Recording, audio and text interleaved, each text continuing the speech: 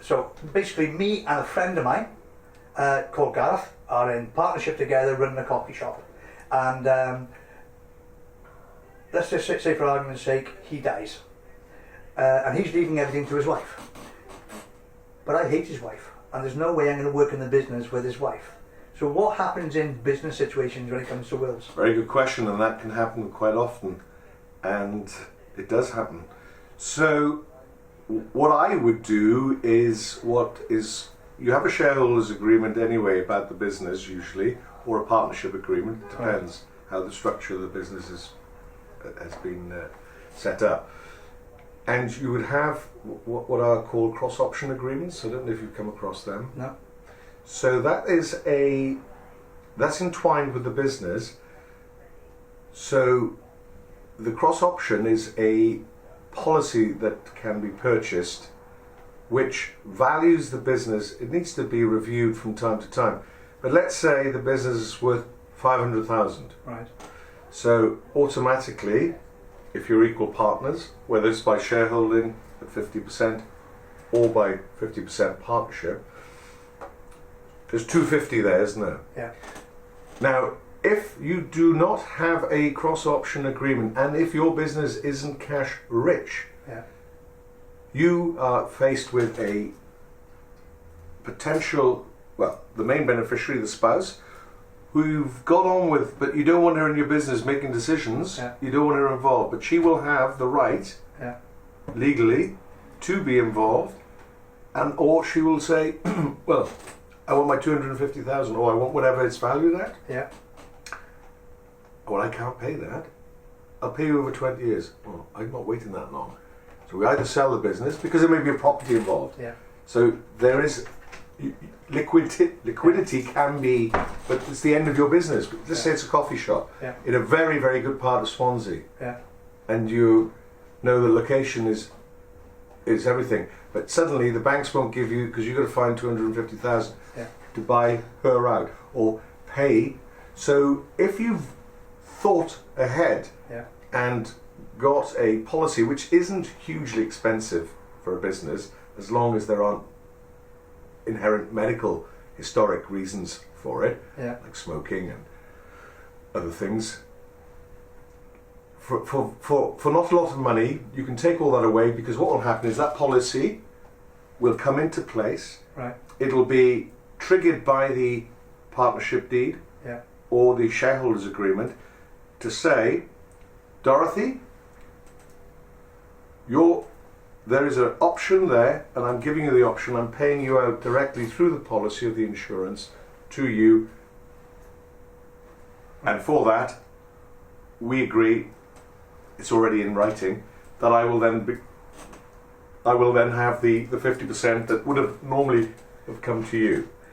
So with that, is that legally binding? So what I mean by that is she might have an emotional thing. She doesn't want the 250,000. She wants to carry on. It's legally binding. She has no choice about it if it's drafted properly and before. And it can also be that she could be a 25% shareholder. Yeah.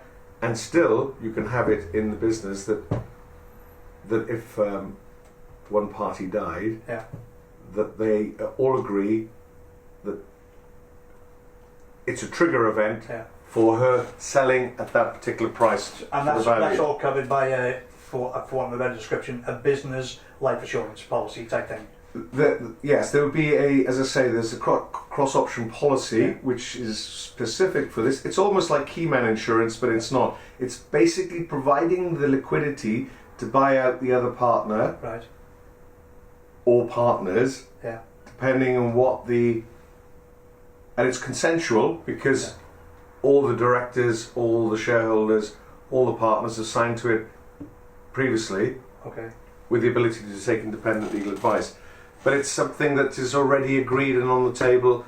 It's not something that's done behind somebody's back in any way. So is that more legally powerful than the fact that I forgot I'd done that 10 years ago, and now I'm leaving everything to my son?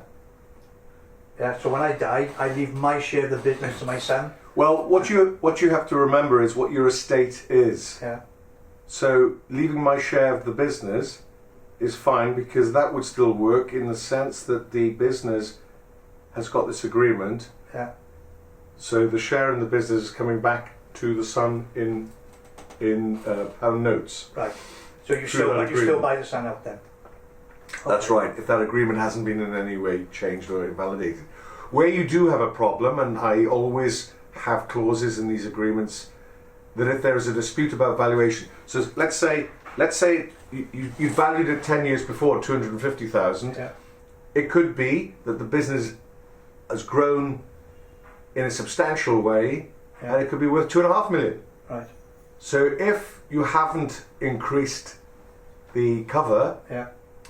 then there is provision to say, you might say, oh, it's all right, we agreed at 250. So the other business owner thinks, oh, I'm getting an easy one here. Yeah. Oh, no, hang on. If you haven't kept it in review, maybe because you've been so busy. Yeah. You've been so busy, Growing. Yeah. you've just not, oh, God, we've got to take that, we need to increase the policy because the business is doing so well. Easily happen, and it's not done in any Yeah. negative or surreptitious way. It is just an oversight because Yeah. you're sort of busy making the money. Then you'd have a clause to make sure that that value is there Right. to be reviewed if challenged. So the son could say, 10 years ago you only had one coffee shop, now you've got, Yeah. we've got them in Cardiff, we've got them in Neath, Yeah. whatever, and the turnover's increased. So then that would be there would need to be a mechanism to deal with that, Right. hopefully without going to court, Yeah.